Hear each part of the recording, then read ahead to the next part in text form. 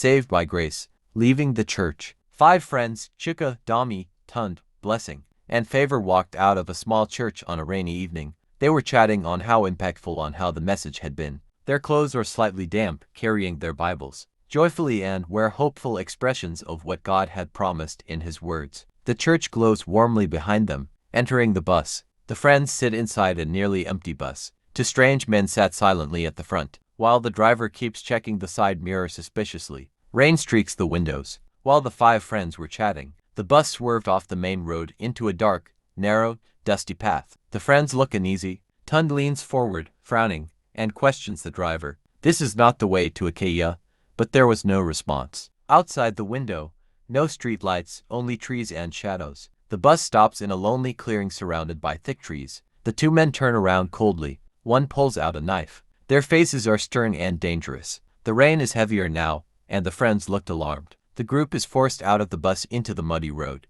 Darkness surrounds them. The gang leader towers over them, scarred and intimidating. Favor whispers in fear, "I know this place. It's where people disappears.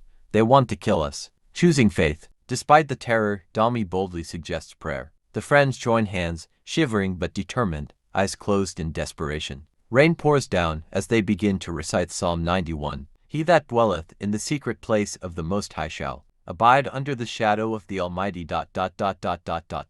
Prayers continues while the kidnappers keep shouting at them to stop. One waving the knife, but the friends prayed louder, their faces glowing with courage. The contrast of fear and faith fills the scene. Divine intervention. The gang leader suddenly freezes, his eyes wide with terror, as though he sees something supernatural. His men glance at him confused. He yells, "Leave them. Let's go," and then ran into the forest for fear of the unknown. The friends, drenched but alive, slowly find their way back to the main road. In the distance, headlights of a police patrol car break through the rain and mist, bringing relief and safety. They were back home full of gratitude to God. They sit together in a warm living room, wrapped in dry clothes with cups of hot tea. Their faces are filled with appreciation as they bow their heads in prayer, knowing it was God's power that saved them.